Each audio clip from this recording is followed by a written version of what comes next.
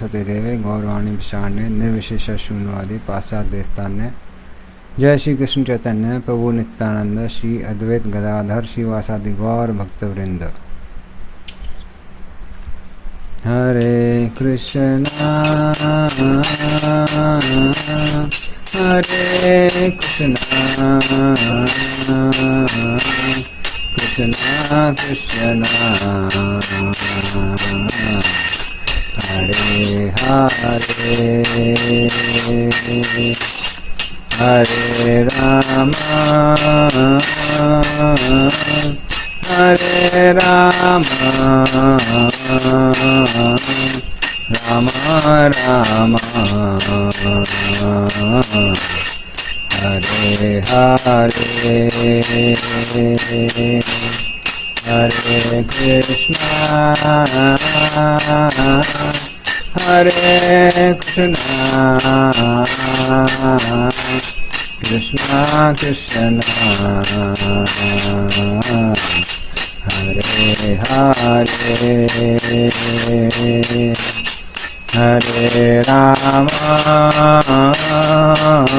हरे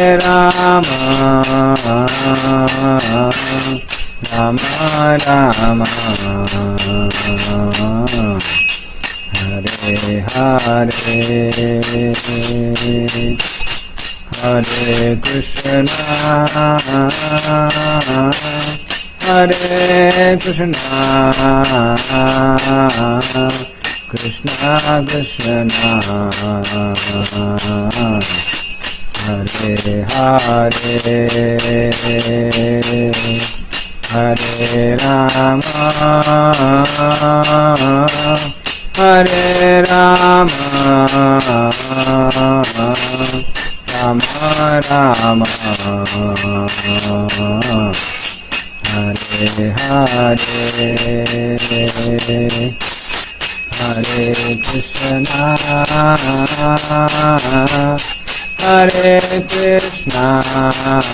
हरे राम हरे राम राम राम हरे हरे हरे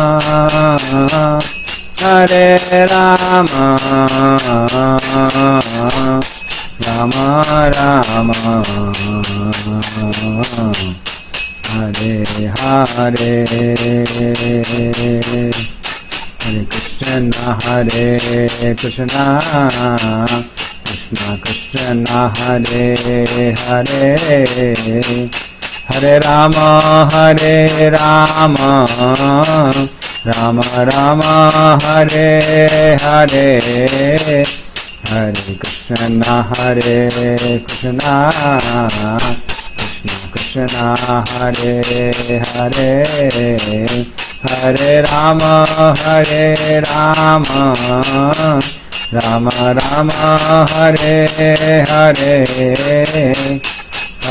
हरे कृष्णा हरे कृष्णा कृष्णा कृष्णा हरे हरे हरे राम हरे राम राम राम हरे हरे हरे कृष्णा हरे कृष्णा कृष्णा कृष्णा हरे हरे हरे राम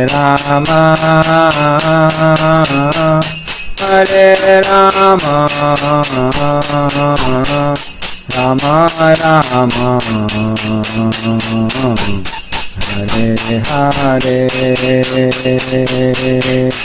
हरे कृष्णा कृष्णा कृष्णा हरे हरे हरे राम राम राम हरे हरे हरे कृष्णा कृष्णा कृष्णा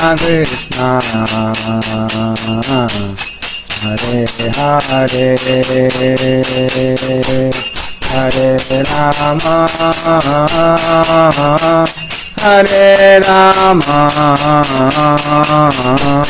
राम राम हरे हरे हरे कृष्णा कृष्णा कृष्णा हरे हरे हरे राम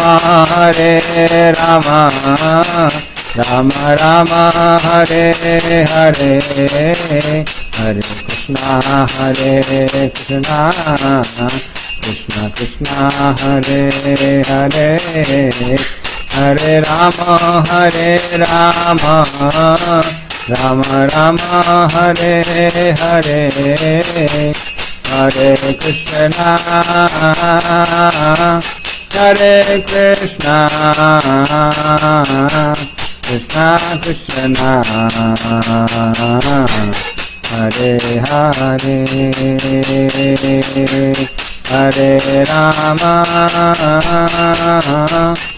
हरे राम राम राम हरे हरे जय राधा गोविंद राधे जय गौरानिताय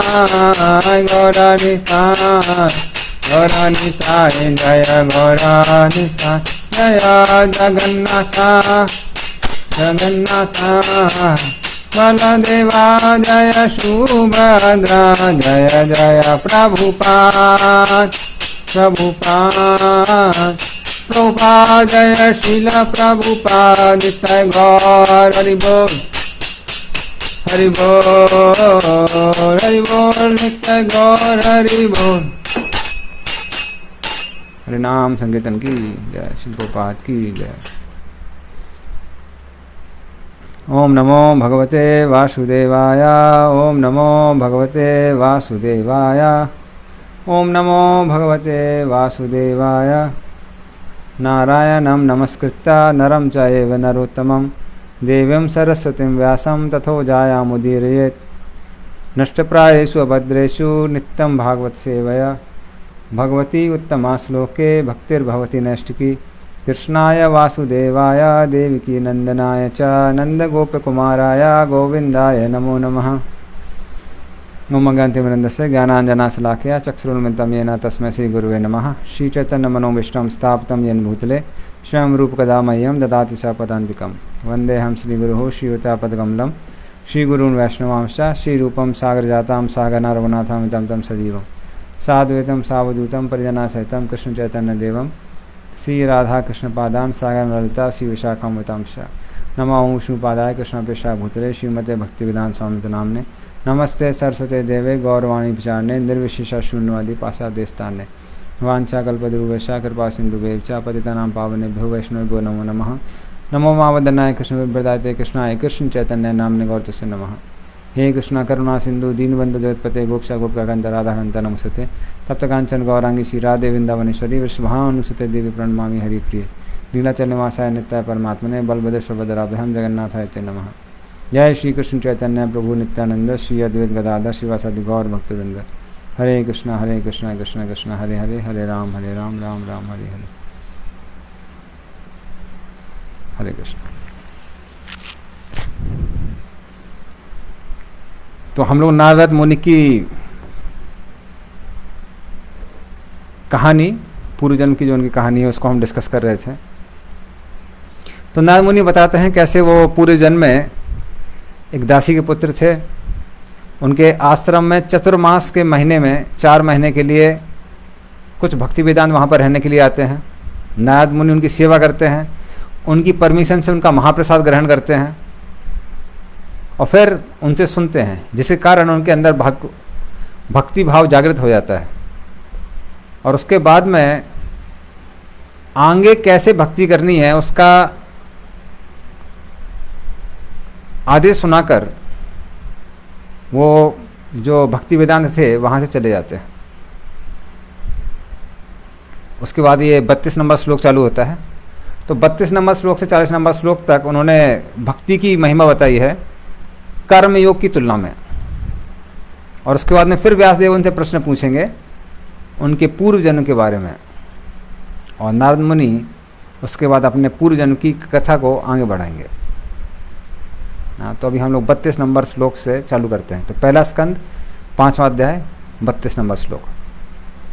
ये तत् संसूचितं ब्रह्मं तापत्रये चिकित्सितं यत् ईश्वरे भगवती कर्म ब्रह्मणि भावितम।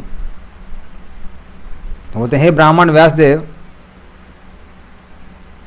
तो जो लोग बुद्धिमान हैं, हाँ, तो चिकित्सिका, उन्होंने एक चिकित्सा बताई है किसके लिए, जो लोग ताप त्रय, 3 तरह के तापों से मुक्त होना चाहते हैं। तो कौन कौन से 3 ताप है, ये हमने पहले भी डिस्कस किया है। आध्यात्मिक, आदि भौतिक और आदि दैविक। आध्यात्मिक जो हमको अपने शरीर और मन से मिलते हैं, आदि भौतिक जो अन्य लोगों से मिलते हैं, हाँ, जैसे आजकल वायरस फैल रहा है तो वायरस से मिल रहा है, या फिर अन्य व्यक्तियों से मिलते हैं।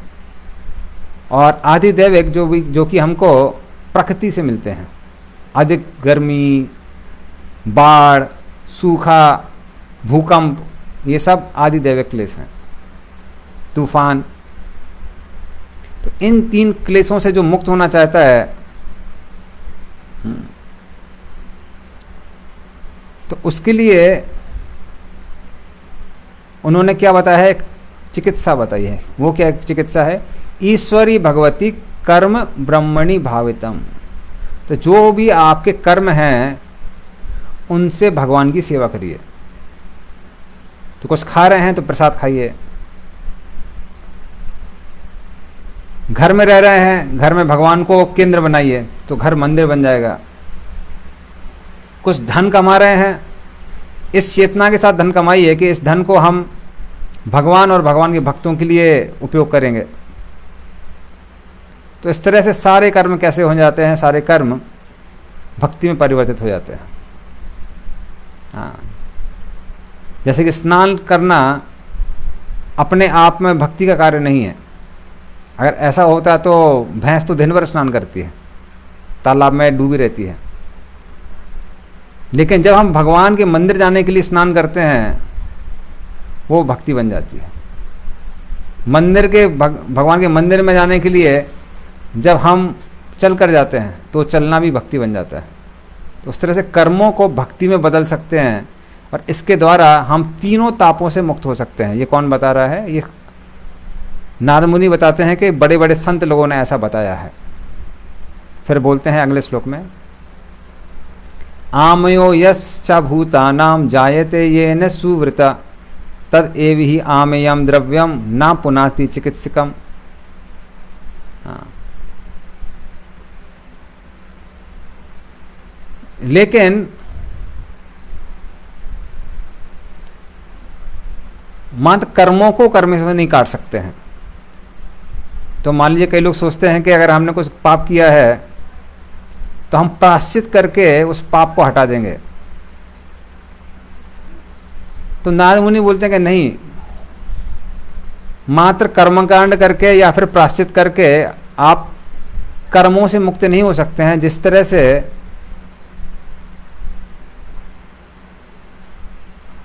अगर एक बीमारी को दूर करना है तो दूसरी बीमारी को जीवन में नहीं अपना सकते हैं। तो ऐसा नहीं कि अभी कोरोना फैल रहा है तो थोड़ा सा शरीर के अंदर स्वाइन फ्लू का वायरस डाल देते हैं तो कोरोना ठीक हो जाएगा, ऐसा नहीं है। उसके लिए किसी और चीज़ की आवश्यकता पड़ती है। किस चीज़ की आवश्यकता पड़ती है? भगवान से अपने आप को जोड़ने की आवश्यकता पड़ती है। तो वैसे इसमें कर्मयोग का कुछ डिटेल बताया गया है, पर हम उस टेक्निकलिटी में नहीं जाएंगे। तो नारद मुनि उस टेक्निकलिटी में जाते हैं तो क्योंकि उतना रेलेवेंट नहीं हमारे लिए अभी, तो उस टेक्निकलिटी पे नहीं जाएंगे। और फिर वो क्या बोलते हैं नारद मुनि, एवं निर्णाम क्रिया योगा सर्वे संस्थिति हितवा ता एवात्म विनाशाय कल्पन्ते कल्पिता परे। जब व्यक्ति की सारे कर्म भगवान की सेवा के लिए हो जाते हैं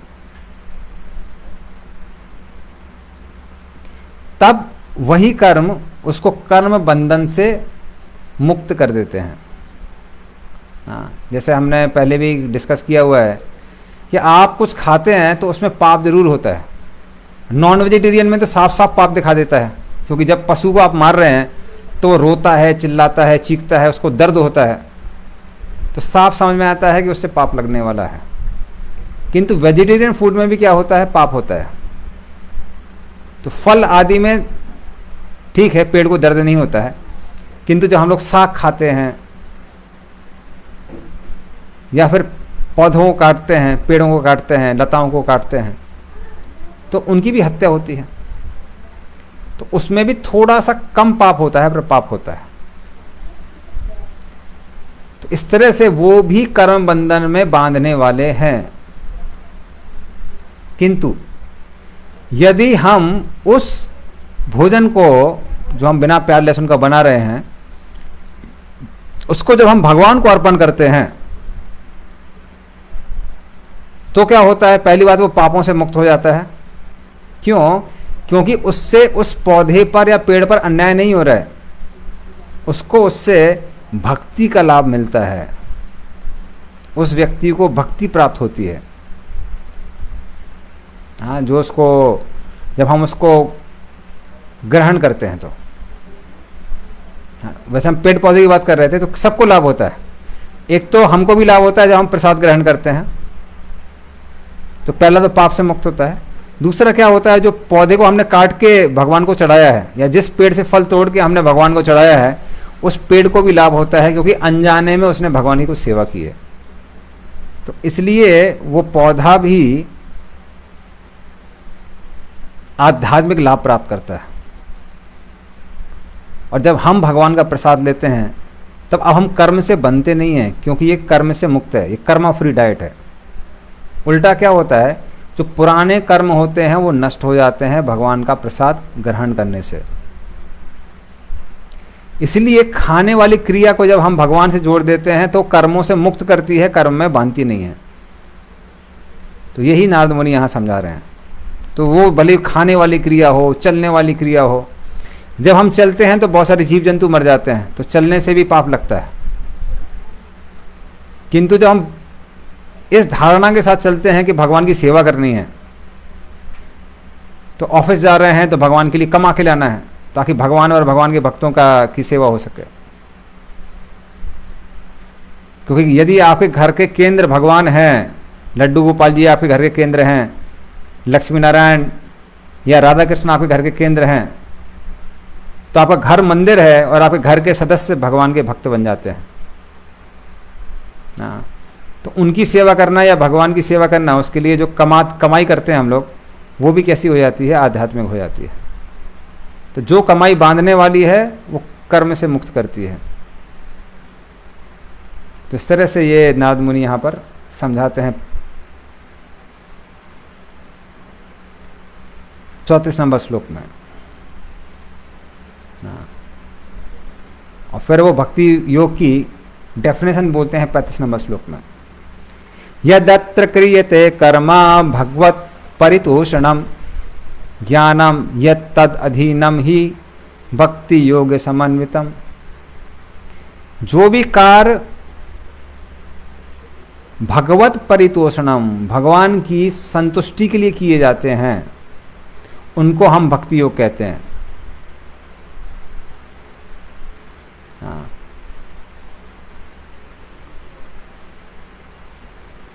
ज्ञानम अधीनम ही भक्ति योग समन्वितम। और जैसे हम ऐसी भक्ति करते हैं तो अपने आप ज्ञान हमारे हृदय में प्रकट हो जाता है। हाँ, तो इसलिए कुछ भी कार्य अगर भगवान की संतुष्टि के लिए किया जाए तो कर्म नहीं बचता है, वो भक्ति बन जाता है। कर्म वही है, किसके लिए कर रहे हैं उसके आधार पे हम लोग उसका निर्णय करते हैं कि ये कर्म बांधने वाला है या ये भक्ति है जो कि हमको कर्म बंधन से मुक्त करने वाली है। कर्म बांधने वाला कैसे है? पाप करेंगे तो एक शरीर लेना पड़ेगा जिसमें हमको अपने पापों को भुगतना पड़ता है। पुण्य करेंगे तो भी एक शरीर लेना पड़ेगा जिसमें हमको अपने पुण्य का आनंद भोगना पड़ेगा। तो इस तरह से पाप और पुण्य दोनों बांधने वाले हैं। किंतु भगवान की जो भक्ति है वो इस जगत की नहीं है, वो आध्यात्मिक जगत की है, भगवान के धाम की है। इसलिए यदि हम भक्ति करते हैं तो क्या होता है, हमको वो शरीर प्राप्त होता है जो कि भगवान के धाम में होता है। तो इस तरह से वो हमको कर्म बंधन से मुक्त करता है, जन्म मृत्यु के चक्कर से मुक्त करता है। तो इस तरह से जो भी कार्य भगवान की सेवा के लिए किया जाता है वो कर्म बंधन से मुक्त करने वाला है। और फिर वो आगे बोलते हैं, कुर्वाणा यत्र कर्माणि भगवत् चिक्षया भगवत चिक्षया स्कृत गृणन्ति गुणनामानि कृष्णस्यानुस्मरन्ति च। तो कहते हैं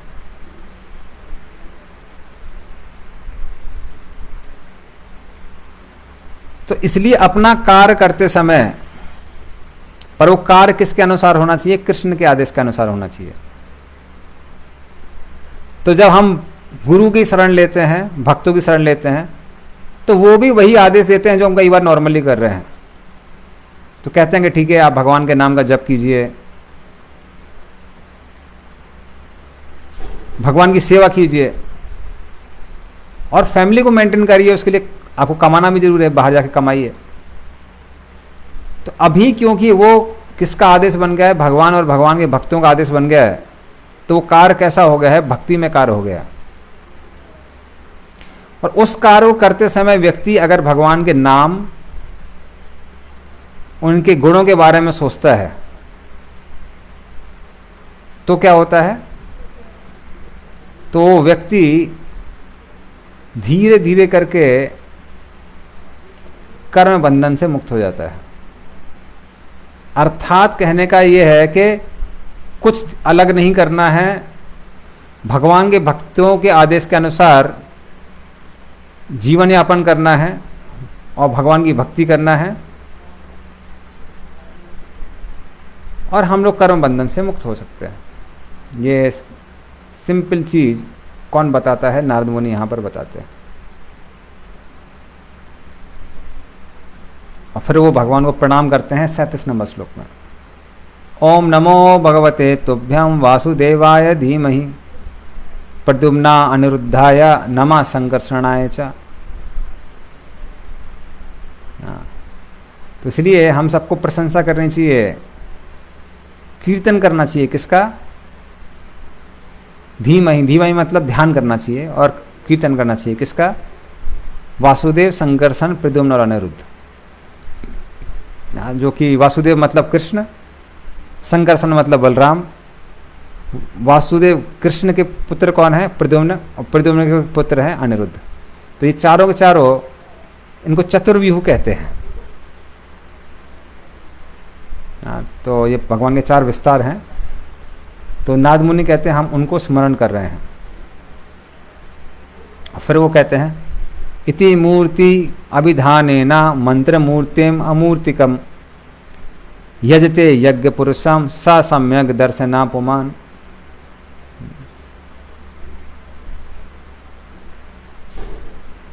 तो जो व्यक्ति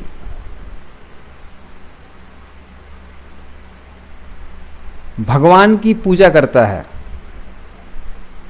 अर्चना करता है, किसके रूप में? उनकी ध्वनि के रूप में ना। किसकी ध्वनि? भगवान विष्णु की ध्वनि, जो कि कैसी है? भौतिक नहीं, आध्यात्मिक है। वो व्यक्ति चीजों को सही तरीके से देख सकता है। तो जो भी भौतिक नाम होते हैं और आध्यात्मिक नाम होते हैं उनमें अंतर होता है। भारत में एक बड़ी भ्रांति है, वो ये है कि लोग बोलते हैं आप किसी का भी नाम लीजिए, किसी की भी पूजा करिए, एक ही परिणाम मिलता है। ऐसा नहीं है। भौतिक नाम लेने से भौतिक परिणाम मिलता है, आध्यात्मिक नाम लेने से आध्यात्मिक परिणाम मिलता है। तो यदि आप मेरा नाम ले रहे हैं, आपका नाम ले रहे हैं, साधारण व्यक्ति का नाम ले रहे हैं, या किसी देवी देवता का भी नाम ले रहे हैं, जैसे गणेश का नाम ले रहे हैं, तो गणेश जी भी कैसे हैं? गणेश जी एक पोस्ट है जो मनु के जीवन काल तक रहती है। और व्यक्ति जो गणेश है वो बदलता रहता है हर मनु के साथ में। तो ब्रह्मा जी के एक दिन में 14 मनु आते हैं, मतलब 14 बार गणेश जी की पोस्ट चेंज होती है। तो ये सारे देवी देवताओं के नाम, बल्कि ब्रह्मा जी के भी नाम कैसे हैं? भौतिक कहलाते हैं। लेकिन भगवान का जो भगवान विष्णु का नाम है, भगवान कृष्ण का नाम है, भगवान राम का नाम है, जो विष्णु तत्व हैं, उनके नाम कैसे होते हैं? आध्यात्मिक होते हैं। इसलिए विष्णु की पूजा को ही भक्ति कहा जाता है, देवी देवताओं की पूजा को भक्ति नहीं कहा जाता है। श्रवणम कीर्तनम विष्णु स्मरणम,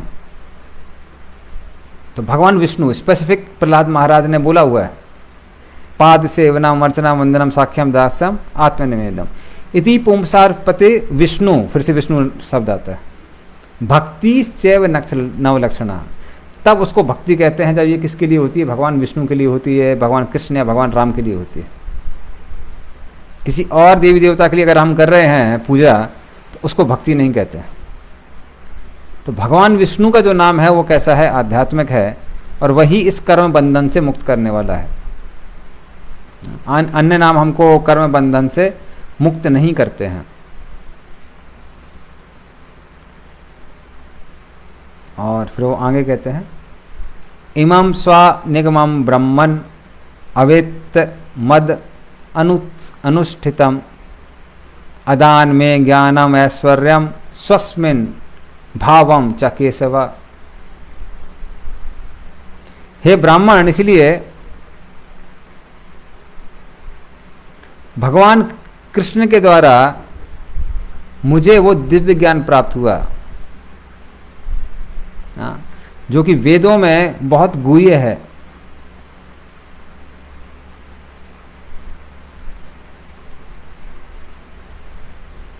और फिर भगवान ने मुझे क्या बताया? अपने ऐश्वर्यों को प्रकाशित किया और अपनी भक्ति दी। तो पहले मुझे वेदों का ज्ञान दिया, फिर अपने गुणों को बताया, मुझे अपने ऐश्वर्य का प्रकाश किया, और फिर मुझे भक्ति करने का मौका दिया। तो ये सारी कृपा सब मुझे भगवान से ही प्राप्त हुई है। लेकिन किसके द्वारा प्राप्त हुई है? भगवान की भक्ति के द्वारा प्राप्त हुई है।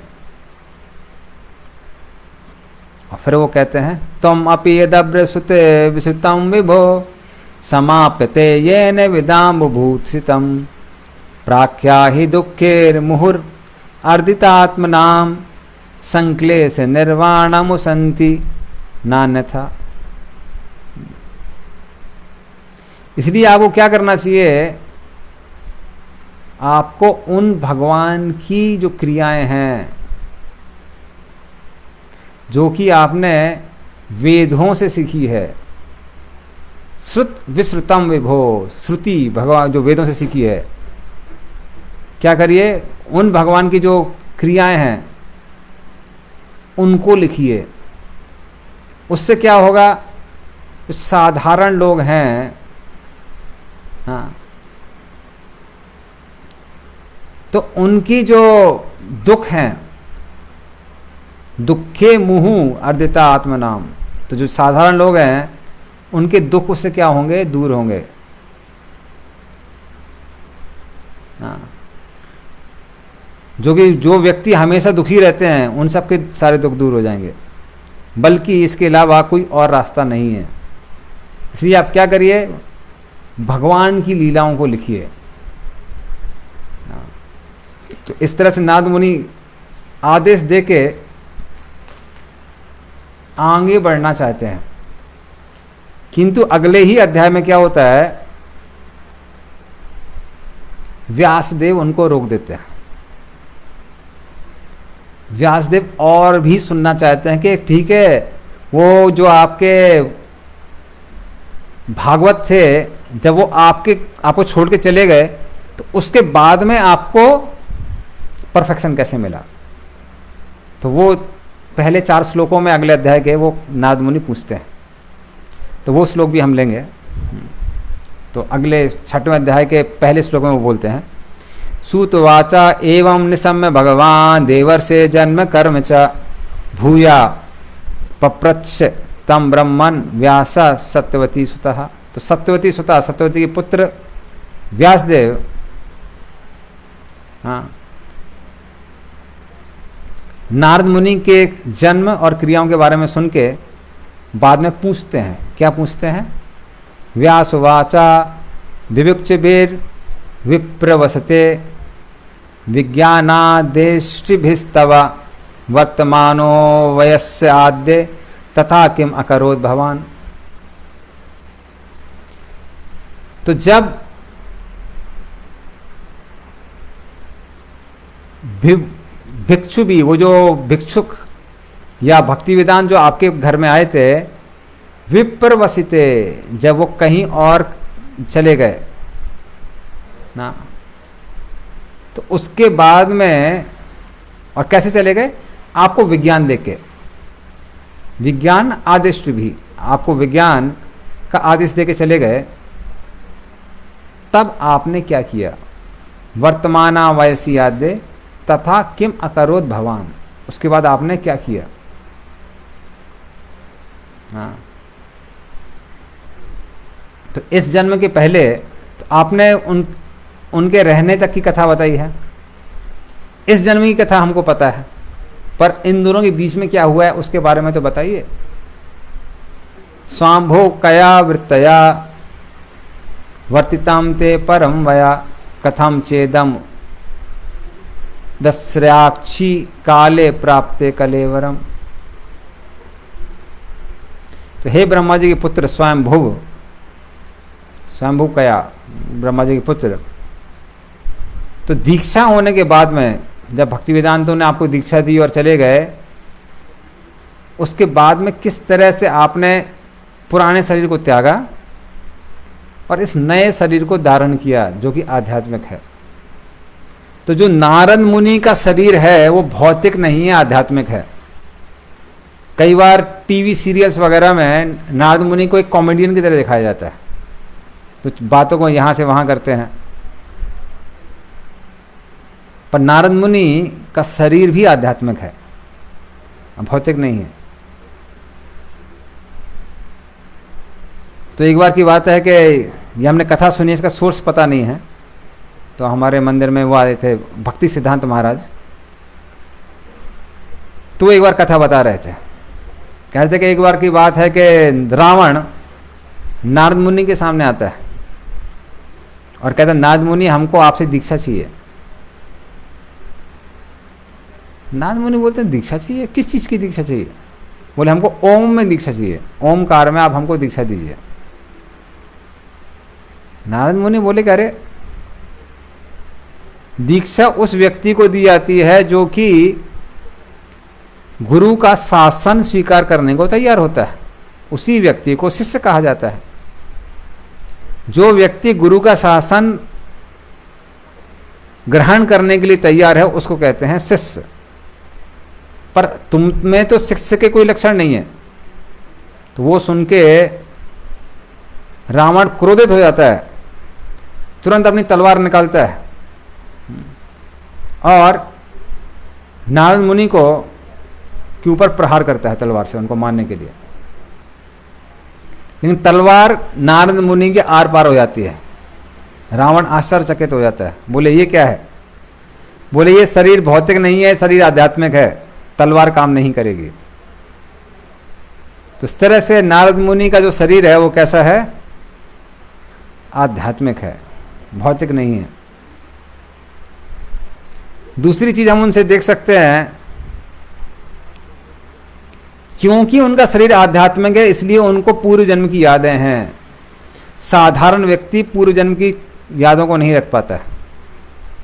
कम ही केस देखे गए हैं जहां पे लोगों को पूर्व जन्म की यादें हैं, वरना इस जन्म में भी हम भारी भारी गलतियां कर बैठते हैं ना। तो हम लोग इतने ज़्यादा लिमिटेड हैं इस संसार में कि हम चीज़ों को ज़्यादा नहीं समझ सकते हैं। तो कुछ ही दिन पहले हमारे एक भक्त बता रहे थे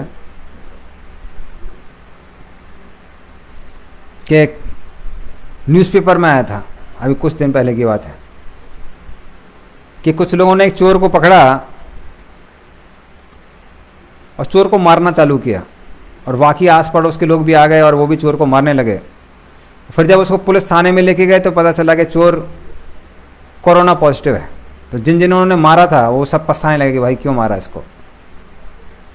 तो किसको कोरोना है नहीं है हम ये नहीं समझ सकते हैं, स्वयं को कोरोना हुआ है कि नहीं हुआ है कई बार ये भी पता नहीं चलता है।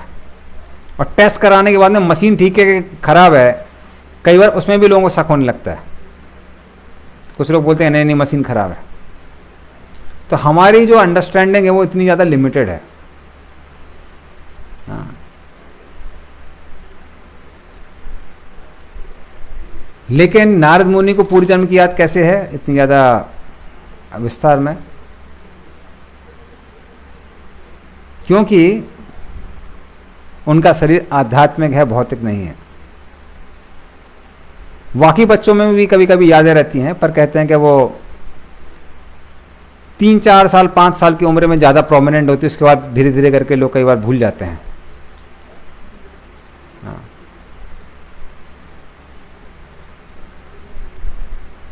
तो अगले श्लोक में फिर वो व्यासदेव जी पूछते हैं, प्राक कल्प विषयाम एताम स्मृतिम ते मुनि सत्तमा नहीं एस व्यवधात काल एस सर्व निराकृति ही।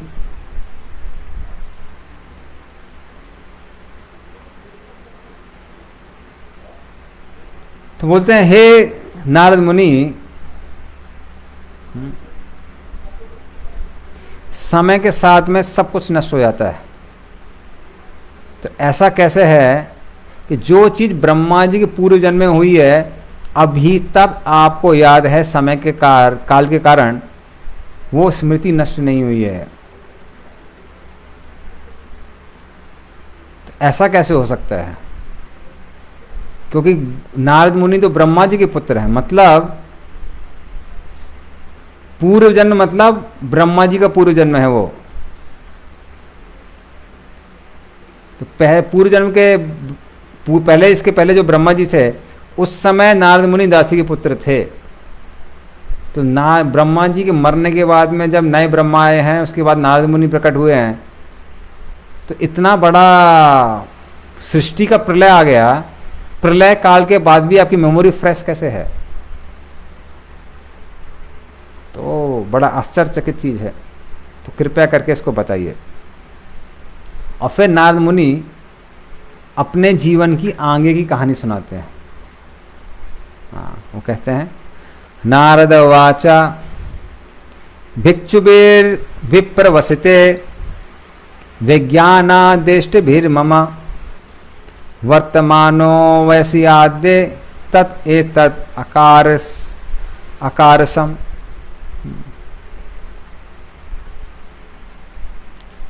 तो भिक्षु भी, वो जो भिक्षु थे, जो भक्ति वेदांत थे, तो विप्रवसिते, उनके जाने के बाद जो उन्होंने मुझे आदेश दिया था, विज्ञान आदिष्ट भी मम वर्तमाना वैसा आदे तथा एतत् अक्षरम।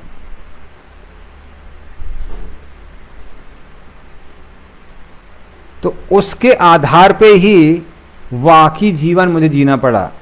किसके आधार पर? जो मैंने उस 4 महीने में सीखा था। तो ये आध्यात्मिक और भौतिक विज्ञान में अंतर है। 4 महीने में जो नारद मुनि ने सीखा, जीवन भर उसको प्रैक्टिस किए। और कई बार हम देखते हैं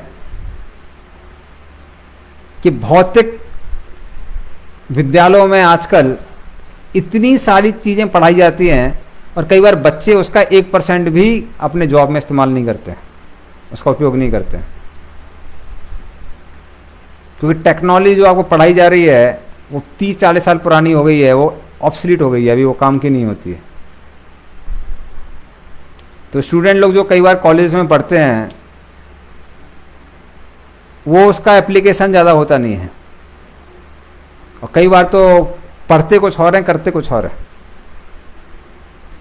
हाँ, पढ़ाई की केमिकल इंजीनियरिंग की और बन गए हैं सॉफ्टवेयर इंजीनियर। तो जो भी पढ़ा है कुछ प्रयोग में नहीं ला रहे हैं। लेकिन भक्ति ज़्यादा प्रैक्टिकल है। कई बार लोग बोलते हैं अरे आपकी भक्ति तो थ्योरेटिकल है। उल्टा है, भक्ति मार्ग में जो हम पढ़ते हैं प्रैक्टिस करते हैं। और भौतिक जगत में हमने देखा है कि जो लोग पढ़ते हैं अप्लाई कुछ और करते हैं। नारद मुनि ने जो 4 महीने में सीखा, जीवन भर उसको अप्लाई किया। और फिर उसके बाद क्या होता है, तो जब वो ऐसा अप्लाई कर रहे थे इन भक्ति वेदांतों को जानने के बाद, तब एक दिन सहसा क्या होता है, एकात्मजा में जननी योसिन मूढ़ा च किंकरी मई आत्मजे अनन्यगतो चक्रे स्नेहानुबंधनम। एक आत्मजा, मैं अपने माता का अकेला पुत्र था, मैं जननी योषित, मूढ़ा चा किंकरी, तो एक साधारण स्त्री थी मेरी माँ जननी, तो योषित स्त्री थी, मूढ़ा ज़्यादा बुद्धिमान नहीं थी, और किंकरी दूसरों की सेवा किया करती थी, मतलब बाई का काम किया करती थी, अलग अलग घरों में जाके बाई का काम करना। तो ये मेरा माँ कार्य करती थी, और मई आत्मजे, और मैं ही उनका एकमात्र संतान था, एक आत्मजा, एक ही संतान था। अनन्यगताओ चक्रे स्नेह अनुबंधन, और उसके पास आश्रय लेने के लिए कोई और नहीं था, इसलिए स्नेह अनुबंधनम, वो मुझसे बहुत ज्यादा आसक्त थी। तो जब मां ज्यादा आसक्त होती है तो भक्ति करना मुश्किल हो जाता है ना। तो अगर घर में मां है, आप रात को लेट सोए हैं, सुबह सुबह जल्दी उठना चाहते हैं, तो मां को बहुत दुख होता है, बोले अरे इतना लेट सोया है, थोड़ा आराम से उठो, बीमार हो जाओगे, शरीर खराब हो जाएगा। तो घर में अगर मां है तो तपस्या करना संभव नहीं होता है, और मां का जो प्रेम होता है पुत्र के प्रति, वो लगभग अंधा होता है। हाँ, तो हमारे क्लास में हमको याद है, जब हम क्लास 12th में पढ़ते थे, 11th-12th में, तो क्लास में एक बच्चा था, सारी क्लास की शैतानियां वही करता था। तो अगर कोई ब्लैक बोर्ड में लिखने जा रहा है टीचर, उसके पहले ब्लैक बोर्ड में वैक्स लगा दिया करता था, मोमबत्ती से मोम। तो मोमबत्ती से जब मोम लगा दी जाती है ब्लैक बोर्ड में, तो ब्लैक बोर्ड दिखता नहीं है, लगता नहीं है कुछ उसके ऊपर लगा हुआ है। किंतु जब टीचर लिखने की कोशिश करता था तो चौक काम नहीं करती थी, तो एक चौक काम नहीं कर रही, दूसरी काम नहीं कर रही है, फिर परेशान हो जाता है ये क्या हो रहा है। और तब ये आराम से बीच में पीछे बैठ के मजे लेता था। फिर कभी कभी एरोप्लेन उड़ाया करता था क्लास के अंदर। एक बार एक टीचर था, वो बेचारा बैठने जा रहा था, इससे पहले वो बैठने जाए उसकी चेयर के नीचे दिवाली का बम लगा दिया, और जैसे वो बैठने जा रहा था बम फटा, और वो टीचर इतना शौक में आ गया, उसको 4 दिन तक हॉस्पिटल में एडमिट होना पड़ा। और जब एग्ज़ाम के पहले, क्योंकि कुछ पढ़ाई की नहीं थी, तो जब उसको टेंशन हुई तो दारू के ठेके में जाके दारू पी ली वहाँ उसने, हाँ, लेकर शॉप में जाके, और फिर वहीं गिर गया, दुकान के सामने ही गिर गया, उसी के सामने दारू पी और वहीं गिर गया। तो एग्ज़ाम ही नहीं दिए। जब टीचर ने उसकी माँ को बुलाया क्लास में, मतलब अपने ऑफिस में, और बताया कि देखो भाई आपका लड़का ऐसी ऐसी शैतानियाँ करता है, पढ़ता नहीं है, एग्ज़ाम नहीं दिए हैं। माँ बोलती है देखिए प्रिंसिपल साहब, हमारे बेटे में कोई गलती नहीं है, वो लड़का बहुत अच्छा है, बस उसकी संगत खराब है, बाकी जो सगे संबंधी जो फ्रेंड्स हैं, फ्रेंड सर्कल बहुत खराब है, इसलिए ऐसा हो रहा है, बाकी हमारा बेटा अच्छा है, इतना खराब नहीं है जैसा आप बोल रहे हैं। इसलिए माँ का प्रेम कैसा होता है, माँ का प्रेम अंधा प्रेम होता है। तो कई बार लेडीज लोग अपने बच्चे लेके आती हैं, बोलती हैं देखिए प्रभु जी हमारा बेटा कितना सुंदर है।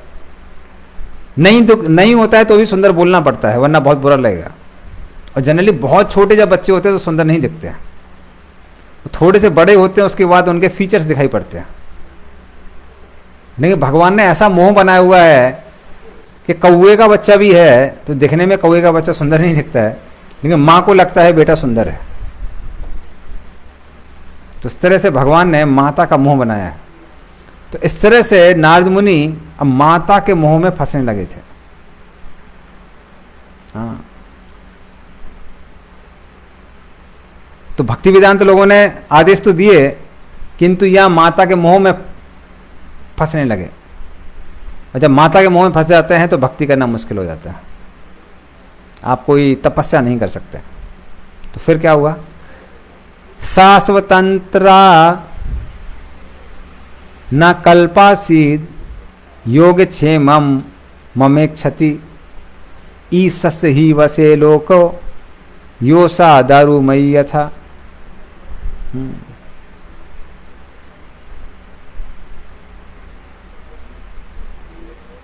तो इस तरह से अस्वतंत्रा ना कल्पा आसीद योग क्षेमा मम इच्छति। तो उसकी इच्छा बहुत थी कि मेरी अच्छे से मेंटेनेंस करे। हाँ, लेकिन वो मेरा अच्छे से मेंटेनेंस क्यों नहीं कर पा रही थी? क्योंकि ईसस् ही वसे लोका योसा दरुमयी यथा। जिस तरह से एक कठपुतली घुमाने वाला कठपुतली को यहां वहां घुमाता है, उसी तरह से सारा कंट्रोल किसके हाथ में है? भगवान के हाथ में है। तो चाहती तो थी कि मेरी अच्छे से सेवा करे, मेंटेनेंस करे, किंतु एक दासी होने के कारण वो मेरा अच्छे से मेंटेनेंस नहीं कर पा रही थी। तो इस जीवन में, दुनिया में, भले ही हमारी कितनी भी इच्छा क्यों ना हो, हम विधान के सामने अक्षम होते हैं। तो विधि विधान बहुत शक्तिशाली होता है। हम कुछ करना चाहते हैं पर बंध जाते हैं। तो ये जीवन का सत्य है।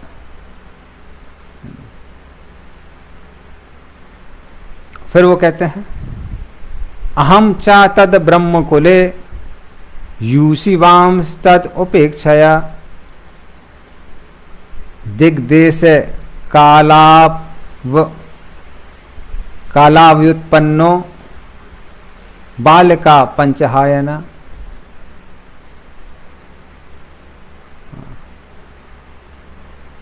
तो इस तरह से मैं मात्र 5 वर्ष का था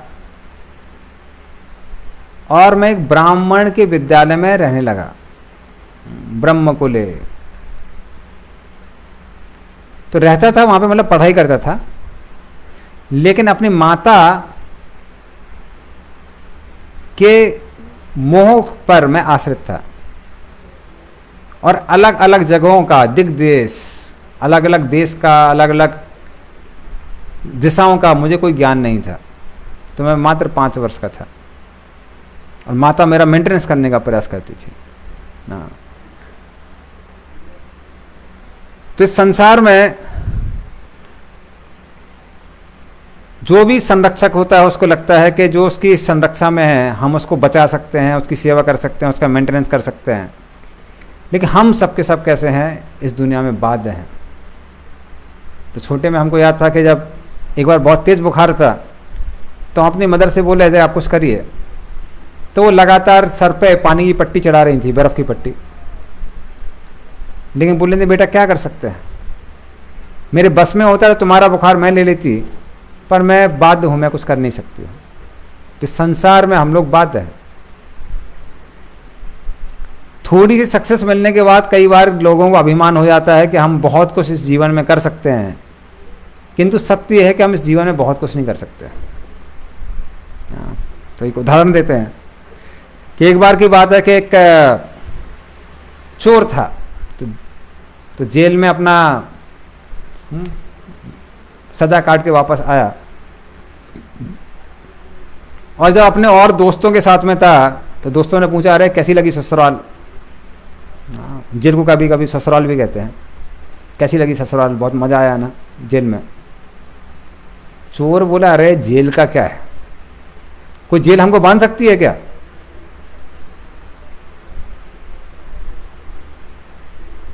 तो बोला अच्छा जेल नहीं बांध सकती है। बोले हम जेल में गए और जेलर साहब सोचने लगे कि हमको बंद करेंगे, तो हमको बंद करके ताला लगा दिया।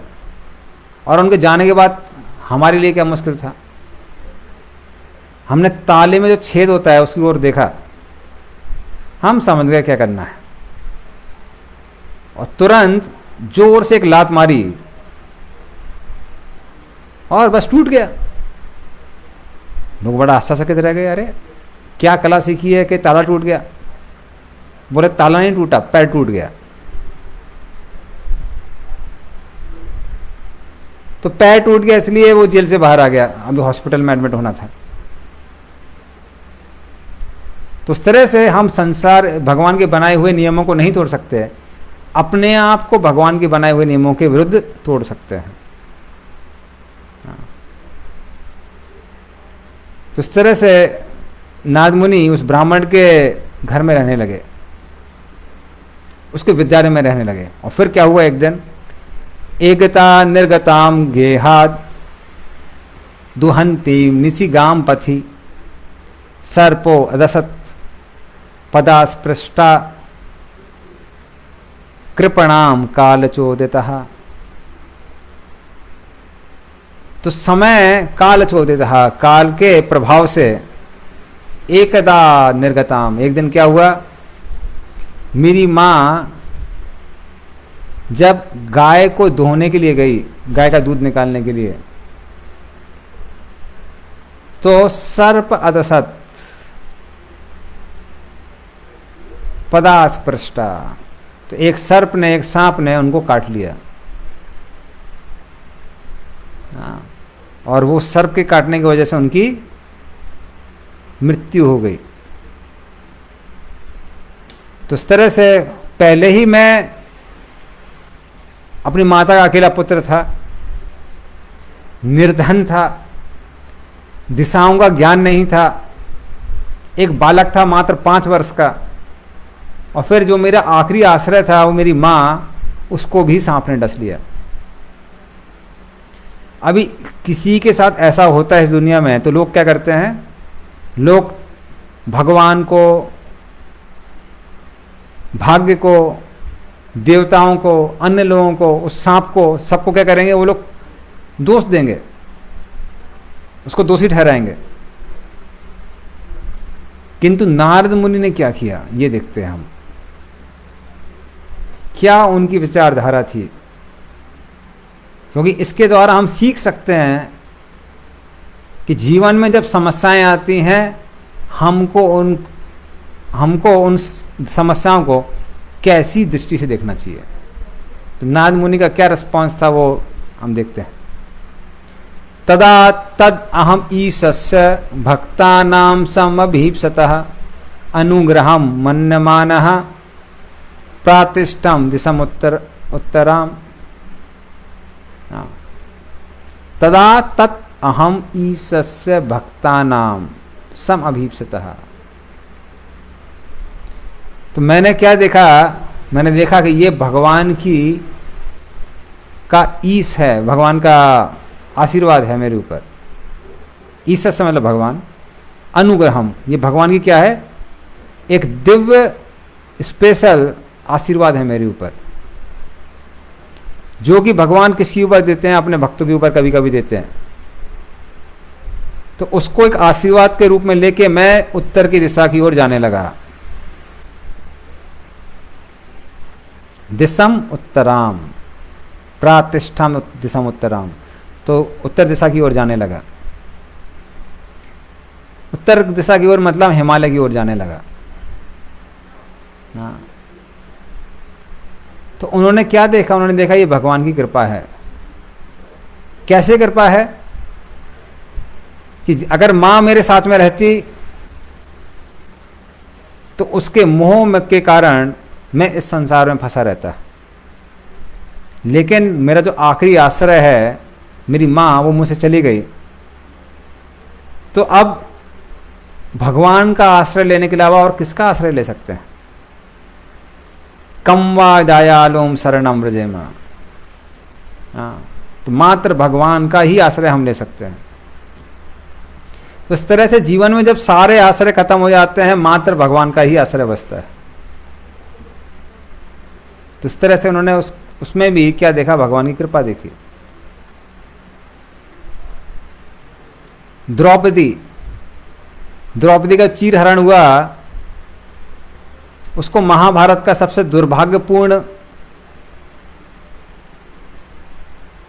घटना बोला जाता है। किंतु यदि द्रौपदी का चीरहरण नहीं हुआ होता, और उस समय फिर लोग बोलते हैं कि अरे कितनी दुर्भाग्य की बात है कि 5 पति उसकी रक्षा नहीं कर पाए। भीष्मदेव और द्रोणाचार्य जैसे धर्मज्ञ उनकी रक्षा नहीं कर पाए, जो कि धर्मज्ञ भी थे और शक्तिशाली भी थे। तो कितना दुर्भाग्य की बात है। तो एक दृष्टि से दुर्भाग्य की बात है, किंतु अगर आप दूसरी दृष्टि से देखेंगे, वो सौभाग्य था, क्योंकि उस स्थिति में द्रौपदी को कृष्ण को पुकारने का मौका मिला, और इस तरह से कृष्ण की भक्ति की महिमा का प्रचार प्रसार करने का मौका द्रौपदी को मिला। और वो ऐसा प्रचार था कि आज तक हम लोग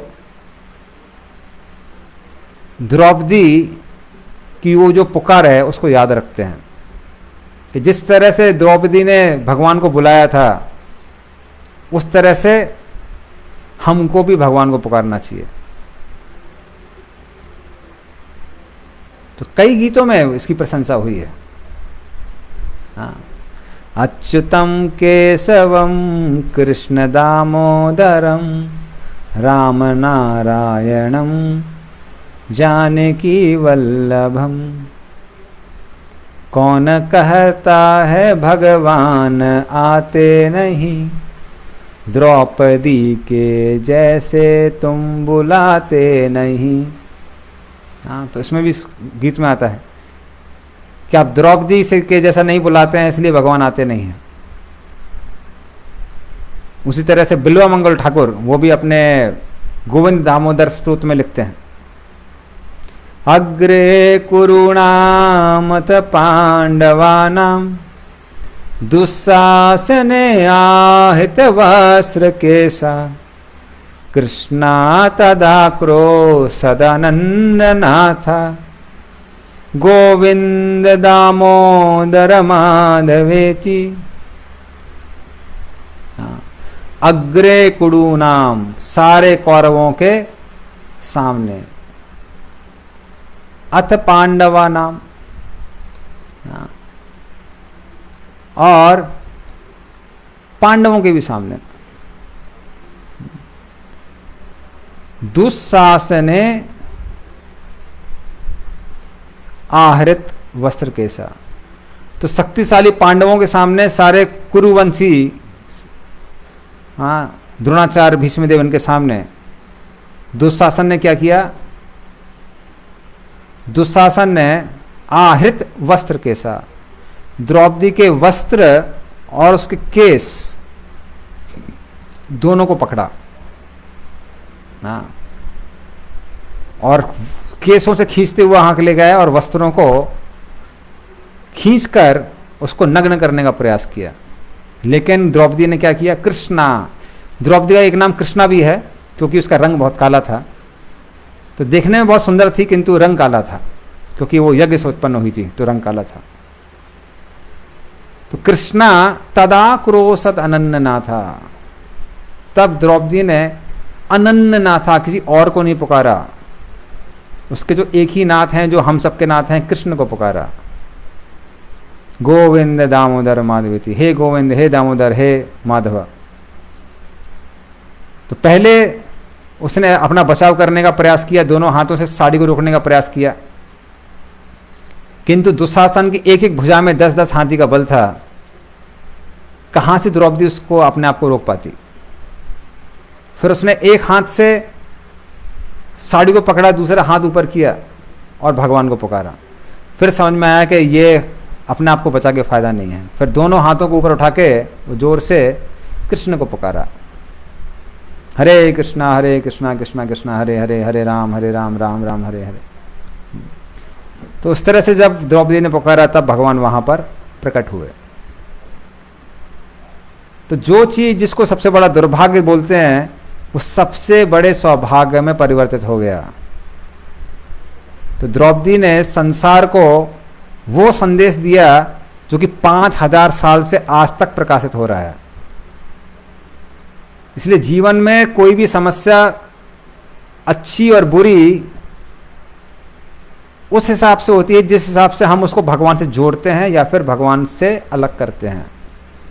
किसी भी समस्या को यदि भगवान से जोड़ लिया जाए तो वो कैसा हो जाता है, वो समस्या समस्या नहीं बन जाती है, वो चीज भक्ति की एक अमूल्य शिक्षा देने वाली है। तो एक और हम आखिरी उदाहरण लेंगे।